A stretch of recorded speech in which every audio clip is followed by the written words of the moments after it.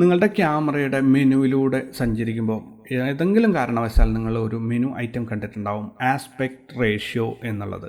എന്താണ് ക്യാമറയിൽ aspect ratio എന്ന് പറയുന്നത്? ആസ്പെക്ട് റേഷ്യോ എന്നതുകൊണ്ട് ഉദ്ദേശിക്കുന്നത് ഒരു ഫോട്ടോയുടെ അല്ലെങ്കിൽ നിങ്ങൾ എടുക്കുന്ന ഫ്രെയിമിൻ്റെ നീളവും വീതിയും തമ്മിലുള്ള അനുപാതമാണ്. നിങ്ങൾ 3 യൂണിറ്റ് നീളം ഉപയോഗിക്കുന്നുണ്ടെങ്കിൽ 2 യൂണിറ്റ് അതിന് വീതി ഉണ്ടായിരിക്കും എന്നുള്ളത്. അല്ലെങ്കിൽ 3:1, 3:4, 4:3, 5:6, 16:9 അങ്ങനെ പല റേഷ്യോയിലും ഈ ആസ്പെക്ട് റേഷ്യോ സെറ്റ് ചെയ്യാറുണ്ട്. സാധാരണ നമ്മൾ DSLR ക്യാമറയിൽ എടുക്കുന്ന ഫോട്ടോയുടെ ആസ്പെക്ട് റേഷ്യോ എന്നുള്ളത് 2:3 എന്നുള്ളതാണ്. അതായത് വീതി 2 ആണെങ്കിൽ നീളം 3 ആയിരിക്കും.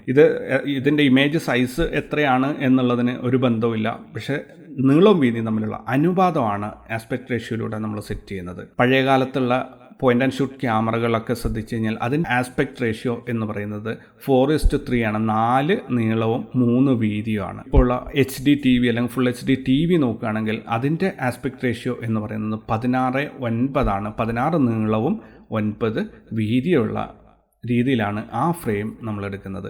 ഇനി നിങ്ങൾ സിനിമാസ്കോപ്പ് എന്ന രീതിയിൽ തിയേറ്റർ ഫോർമാറ്റിൽ കാണുന്നതിൻ്റെ ആസ്പെക്ട് റേഷ്യോ ഏതാണെന്ന് ചോദിച്ചു കഴിഞ്ഞാൽ 2.35:1 എന്നാണ് പറയുക. അതായത് 2.35 അനുപാതം നീളവും അതിന് 1 വീതിയുമായിരിക്കും ആ സ്ക്രീനിന് ഉണ്ടാവുക. അതായത് നീളം കൂടിയ ഒരു ഫ്രെയിം ആയിരിക്കും. ഇനി നമ്മൾ 1:1 എന്ന ഒരു ആസ്പെക്ട് റേഷ്യോയിൽ ഫോട്ടോ സെറ്റ് ചെയ്യാറുണ്ട്. വാട്സപ്പിൽ, ഇൻസ്റ്റാഗ്രാമിലൊക്കെ പോസ്റ്റ് ചെയ്യാൻ വേണ്ടിയിട്ട് നമ്മൾ 1:1 എന്ന രീതിയിൽ ഫോട്ടോ സെറ്റ് ചെയ്യാറ്. അപ്പോൾ ആസ്പെക്ട് റേഷ്യോ എന്നുള്ള ഈ ഒരു മെനു ഐറ്റം നിങ്ങൾ സെറ്റ് ചെയ്യേണ്ടത് ഫോട്ടോഗ്രാഫിക്കാണെങ്കിൽ 2:3 സെറ്റ് ചെയ്യാം. ഓരോന്നിനും നിങ്ങളുടെ സിറ്റുവേഷൻ ഡിമാൻഡ് ചെയ്യുന്ന രീതിയിലാണ് അത് നിങ്ങൾ സെറ്റ് ചെയ്യേണ്ടത്.